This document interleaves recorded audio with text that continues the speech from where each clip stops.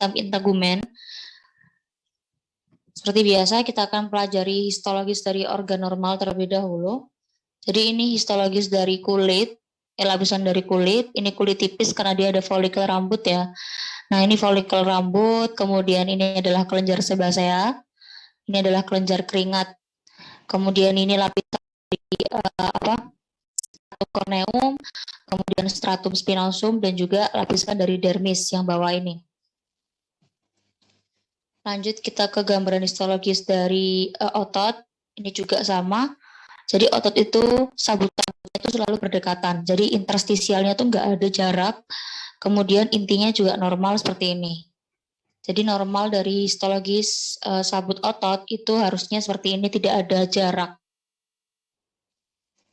Nah, untuk yang akan kita bahas di sini ada hiperkeratosis, akantosis, demodekosis, kabiosis, contagious ectima atau ORF, kemudian black leg dan juga myositis. Nah, hiperkeratosis sama akantosis ini sebenarnya bukan penyakit atau bukan diagnosa morfologi sendiri, tapi dia itu bisa masuk ke dalam tiap DM gitu. Jadi dia bisa masuk menjadi DL di 1 DM gitu.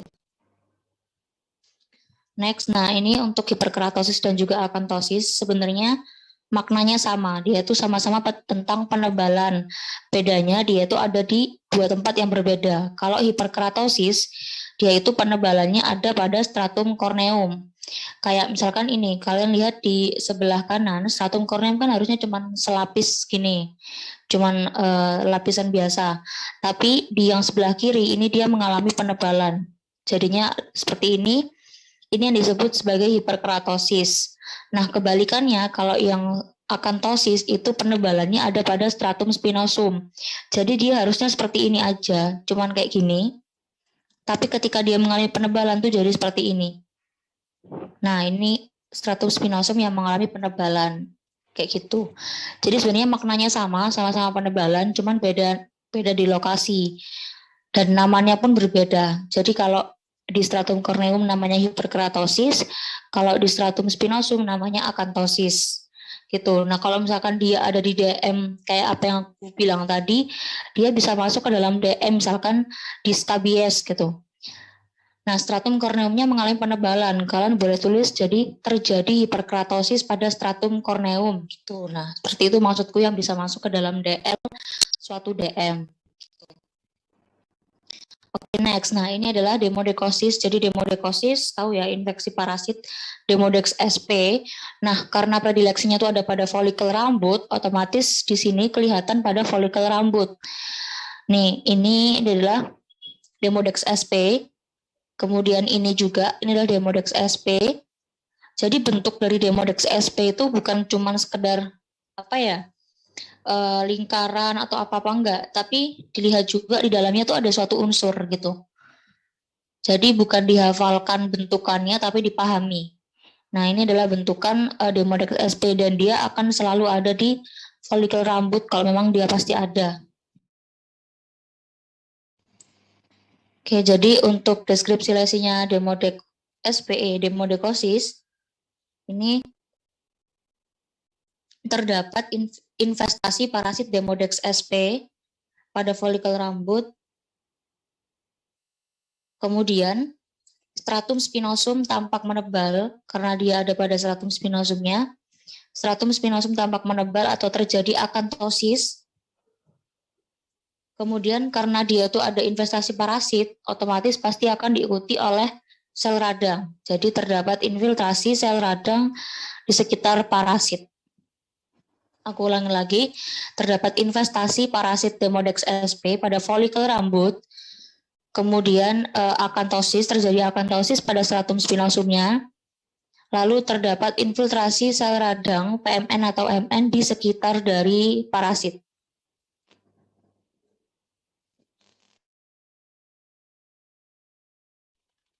Next, nah ini untuk gambaran dari makros demodekosis.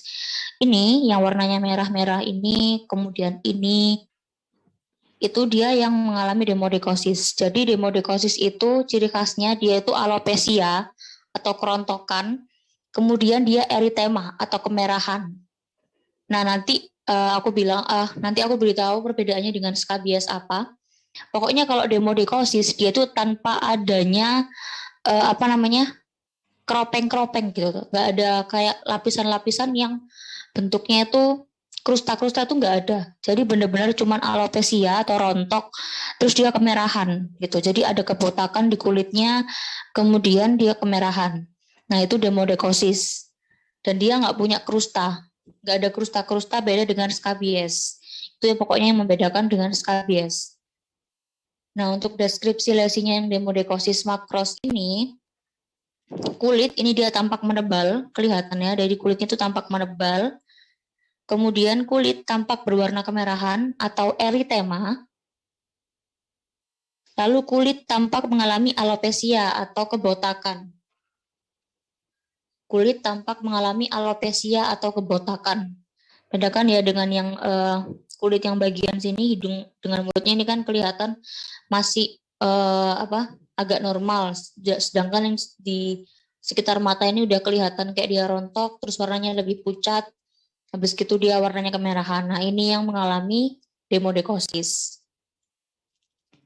Nah, sekarang kita masuk ke skabiosis. Jadi skabiosis ini investasi parasitnya adalah skabies, Sarcoptes scabiei ya.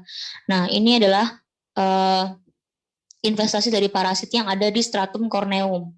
Jadi kalau Demodex sp itu ada pada folikel rambut, sedangkan skabies itu ada pada stratum corneum. Jadi gampang ancar-ancarnya apa sih? Tanda-tandanya, ciri khasnya. Kalau di folikel rambut udah pasti Demodex, kalau ada di stratum corneum udah pasti skabies gitu. Nah, bentukannya pun seperti ini. Jadi dia tuh ada di dalamnya stratum corneum, mengakibatkan stratum corneumnya ini mengalami penebalan. Nah, ini dia kan harusnya cuma selapis ini ya, tapi karena ada investasi dari parasit ini mengakibatkan stratum corneumnya jadi menebal. Nah, ini disebut sebagai hiperkeratosis gitu. Ini stratum spinosumnya masih normal, nggak ada penebalan ya. Jadi cuma ada hiperkeratosis, tapi tidak menutup kemungkinan kalau stratum spinosumnya juga mengalami penebalan. Jadi disesuaikan aja opsional. Kalau misalkan memang menebal ditambahkan, tapi yang pasti yang hiperkeratos yang menebal pasti yang stratum corneum. Karena predileksinya di situ. Jadi untuk deskripsi lesinya skabiosis ini terdapat investasi parasit dari Sarcoptes scabiei pada stratum corneum. Kemudian terjadi hiperkeratosis pada stratum corneum. Kemudian ada di sini epitelnya tampak ruptur, epitel kulit tampak ruptur boleh. Kemudian boleh juga ditambahkan tadi di sekitar dari parasit terdapat infiltrasi sel radang PMN atau MN. Jadi aku ulangin di sini. Terdapat investasi parasit dari Sarcoptes scabiei pada stratum corneumnya. Kemudian stratum corneum tampak mengalami hiperkeratosis atau penebalan. Lalu terdapat infiltrasi sel radang PMN atau MN di sekitar dari parasit ini. Kemudian kondisional atau opsional, misalkan ada epitel yang ruptur atau erosi, boleh ditambahkan. Oke, lanjut. Nah, ini yang dibedakan, yang aku maksud dibedakan dengan demodekosis. Jadi kalau pada skabiosis itu dia kayak gini, pecah-pecah. Ada bagian yang pecah-pecah atau mengalami krusta-krusta. Nah, ini adalah krusta-krusta yang ada pada skabiosis. Kalau di demodekosis kan dia bersih, cuma dia udah botak, terus dia merah gitu kan. Tapi kalau skabiosis, dia itu selain botak, merah, dia juga ada krusta-krustanya. Dan krustanya itu lebih jelas kelihatan daripada eritemanya gitu. Jadi yang dibedakan dengan dibedakan dengan demodekosis itu. Jadi untuk deskripsi lesinya skabiosis makros di sini terdapat krusta-krusta, terdapat bentukan krusta pada bagian kulit, terdapat bentukan krusta pada kulit. Kemudian konsistensi dari krusta ini dia tampak keras. Konsistensi dari krusta tampak keras. Kemudian kulit tampak menebal. Kulit tampak menebal. Lalu ada beberapa bulu atau rambut yang mengalami alopecia atau kerontokan. Kayak di sini, ini kan dia mengalami kerontokan, ya kelihatan kalau dia itu ada bulu-bulunya atau rambut-rambutnya ini udah mulai hilang. Ini juga di bagian sini. Jadi di sini aku ulangin lagi, terdapat bentukan krusta pada bagian ini kulitnya. Kemudian konsistensi dari krusta ini dia keras. Terus kulitnya itu dia tampak menebal. Lalu beberapa rambut di sekitar kulitnya ini dia tampak terjadi alopecia atau kerontokan rambut. Oke, next. Nah, di sini ada Contagious eczema atau ORF. Jadi ORF itu virus ya, virus yang disebabkan oleh pox ini. Jadi di sini bagian kulit. Nah, ciri khas dari Contagious eczema dia itu adanya inclusion bodies intrasitoplasmic. Karena ini nggak terlalu zoom ya, jadi nggak terlalu kelihatan. Tapi kalau kalian perhatikan, inclusion bodies itu kan ada pada sitoplasma ya, namanya inclusion bodies intrasitoplasmic. Jadi dia ada pada sitoplasma dari sel. Nah, kalau kalian perhatikan, ini ada di sini inclusion bodies yang warna eosinophilic di sekitarnya inti, tapi ada di sitoplasma itu adalah inclusion bodies-nya. Kayak ini, kemudian ini juga, terus mana lagi ya, pokoknya bisa dieksplor sendiri. Inclusion bodies itu dia bentukannya dia eosinophilic, kayak massa eosinophilic yang ada di sekitar inti, tapi dia ada di dalam sitoplasma karena dia inclusion bodies-nya intrasitoplasmic. Nah, itu ciri khas dari infeksi virus, terutama ORF ini. Jadi untuk deskripsi lesinya, di sini terdapat inclusion bodies intrasitoplasmic, terdapat bentukan inclusion bodies intrasitoplasmic. Kemudian sel yang ada pada stratum spinosum ini mengalami degenerasi hydrophic ballooning degeneration.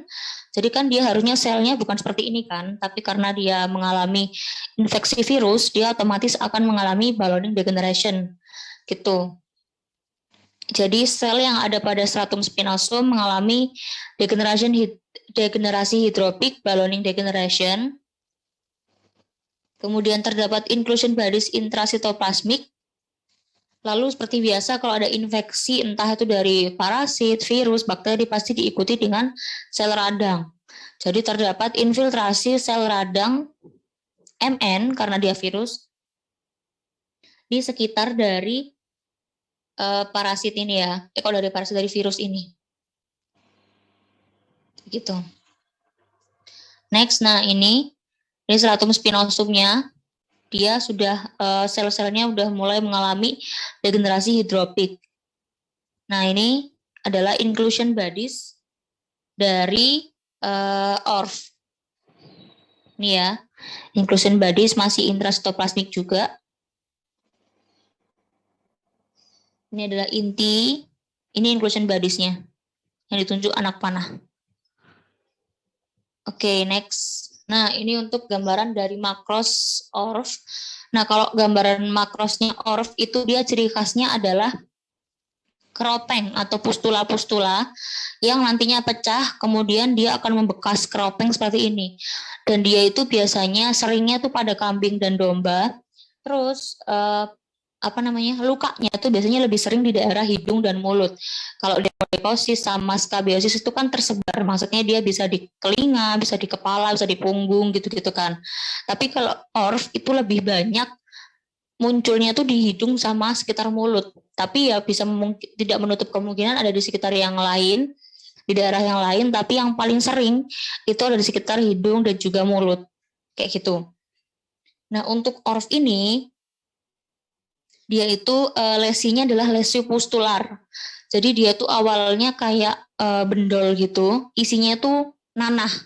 Jadi lesi pustular ini ketika nanti pecah, dia tuh akan bentuk keropeng atau luka gitu loh, atau borok. Nah, itu yang dia warnanya kehitaman kayak gini. Jadi pasti awalnya itu lesi pustular bendol, Terus nanti kalau misalkan pecah, dia akan bentuk keropeng.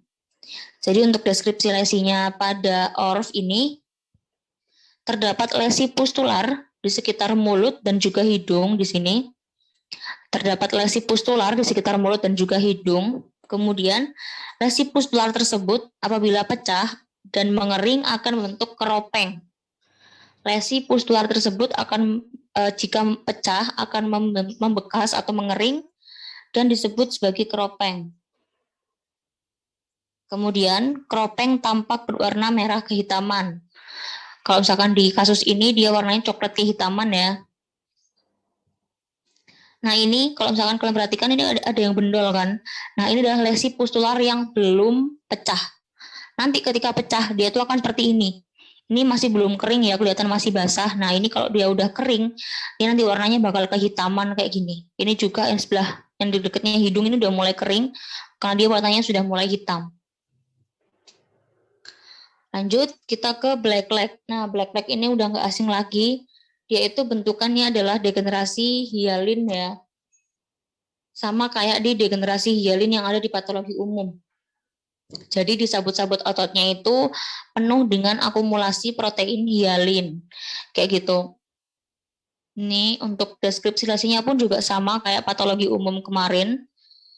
Jadi terdapat akumulasi dari protein hialin pada sabut otot. Terdapat akumulasi protein hialin pada sabut otot. Kemudian sabut otot ini dia tampak terputus-putus, jadi kan harusnya dia bersambung gitu kan bagus, kayak selongsong gitu. Tapi karena dia mengalami lesi ini, mengalami luka ini, dia menjadi terputus-putus. Nah, terus dia akumulasi hialin ini dia tampak homogen eosinofilik. Kemudian terdapat rongga kosong yang berisikan gas. Jadi terdapat rongga kosong yang berisikan gas. Kemudian kalau kalian perhatikan di interstisial dari sabut otot ini ada beberapa sel radang. Nah ini disebut sebagai sel radang MN.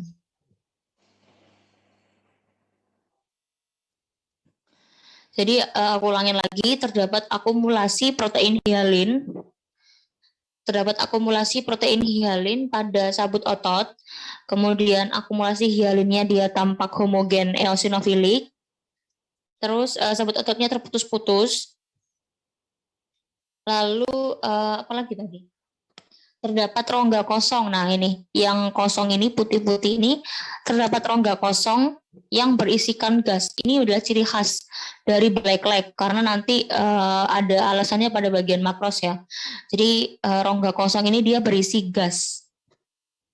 Kemudian di interstisial ini terdapat infiltrasi sel radang PMN atau MN. Oke lanjut. Nah ini untuk gambaran black leg makros. Jadi di sini gambaran dari black leg itu otot-ototnya itu dia berdarah, mengalami perdarahan. Dia mengalami perdarahan, terus dia ototnya itu dia membesar. Kemudian nanti ketika dikrepitasi atau dipalpasi, ketika dipalpasi ya maaf, itu akan keluar suara krepitasi yang khas. Nah itu adalah suara dari rongga-rongga yang tadi berisi gas gitu. Jadi suara krepitasi itu berasal dari sabut-sabut otot yang dia itu putus-putus kemudian membentuk rongga kosong. Nah, rongga kosongnya tuh isinya gas. Jadi ketika dipalpasi dia akan membentuk suara krepitasi yang khas disertai dengan keluarnya gas gitu. Jadi dia penuh dengan gas ini, makanya kan dia membesar, membengkak gitu. Jadi untuk deskripsi lesi dari black leg makros di sini terdapat perdarahan pada organ, terdapat perdarahan atau organ pada organ. Kemudian perdarahan atau hemoragi ini dia berwarna merah kehitaman, Lalu konsistensi dari organ ini dia rapuh, Kemudian apabila organ ini dipalpasi akan terdapat suara krepitasi yang khas. Apabila organ dipalpasi akan terdapat suara krepitasi yang khas. Gitu. Oke, next. Nah, ini adalah miositis, jadi radang pada otot.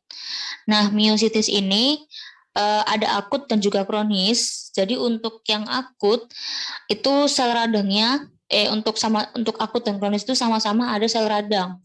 Perbedaannya ada pada sabut ototnya. Nah, ini kalau kalian perhatikan, sel radangnya kan banyak. Tapi dia nggak merubah lokasi dari sabut otot dan nggak merubah bentuknya. Jadi sabut ototnya juga masih normal, kemudian jaraknya masih berdekatan. Jadi dia disebut sebagai miositis akut, gitu. Jadi analogis dari akut dan kronis itu sama, kurang lebih selalu sama kan setiap keradangan, karena memang itu yang menjadi ciri khas. Jadi kalau misalkan dia akut, itu dia pasti masih berdekatan, masih normal. Tapi kalau kronis, dia sudah berjauhan dan mulai ada jaringan ikat biasanya. Mulai terjadi fibrosis. Nah, untuk di gambar ini kan sabut ototnya masih berdekatan ya. Dan belum atrofi, jadinya dia disebut sebagai miositis akut. Jadi untuk deskripsi lesinya di sini, terdapat infiltrasi sel radang PMN pada interstisial sabut otot untuk miositis akut ya. Kemudian sabut otot masih normal, sabut-sabut otot masih normal. Kemudian di sini sabut otot jaraknya masih normal juga. Jarak dari sabut otot masih normal dan belum terdapat infiltrasi jaringan ikat, belum terdapat proliferasi jaringan ikat. Kemudian kalau kalian perhatikan di sini juga terdapat hemoragi, ada beberapa perdarahan di sini. Jadi opsional boleh dituliskan. Nah, ini juga bentar. Ini untuk yang gambar di sebelah kiri ini dia masih akut, sedangkan yang sebelah kanan dia sudah kronis. Jadi dia sudah terbentuk jaringan ikat yang aku bilang tadi. Ini yang warnanya pink serabut-serabut ini adalah jaringan ikatnya. Ini adalah sabut ototnya. Udah mulai atrofi kan, terus dia jaraknya udah mulai berjauhan. Sedangkan yang di sebelah kiri, dia belum ada jaringan ikat, tapi terus kemudian sabut ototnya juga masih bagus, masih normal, masih berdekatan juga. Ini bedanya, ini akut, yang sebelah kiri, yang sebelah kanan dia kronis. Jadi untuk deskripsi lesinya ini juga sama. Terdapat infiltrasi sel radang PMN untuk yang akut ya. Kemudian sabut ototnya masih normal ukurannya, jaraknya pun juga masih normal dan belum terdapat jaringan ikat. Sedangkan di sebelah kanan yang kronis ini, infiltrasi sel radangnya adalah MN ya. Karena dia kronis, jadi infiltrasi sel radangnya adalah MN. Kemudian jarak dari sabut otot mulai berjauhan, jarak antar sabut otot berjauhan, kemudian ukuran dari sabut otot mengalami atrofi atau mengecil, lalu sudah terdapat jaringan ikat atau proliferasi jaringan ikat pada sekitar sabut otot, pada interstisial sabut otot. Jadi kelihatan jelas kalau dia mengalami dia stadiumnya akut atau kronis itu dilihat dari mana. Kalian udah tahu, jadi dari jaringan ikatnya gitu. Oke, udah selesai. Ini nggak ada pause sih ya, bentar. Kayaknya salah PPT deh. Ntar aku cari dulu ya. Sambil aku nyari, mungkin ada yang mau ditanyakan? Kak, aku mau tanya. Oke, siapa nih? Nih. Oke, silakan. Ini Mau kan tadi cari dulu. apa aku salah nyatet waktu praktikum itu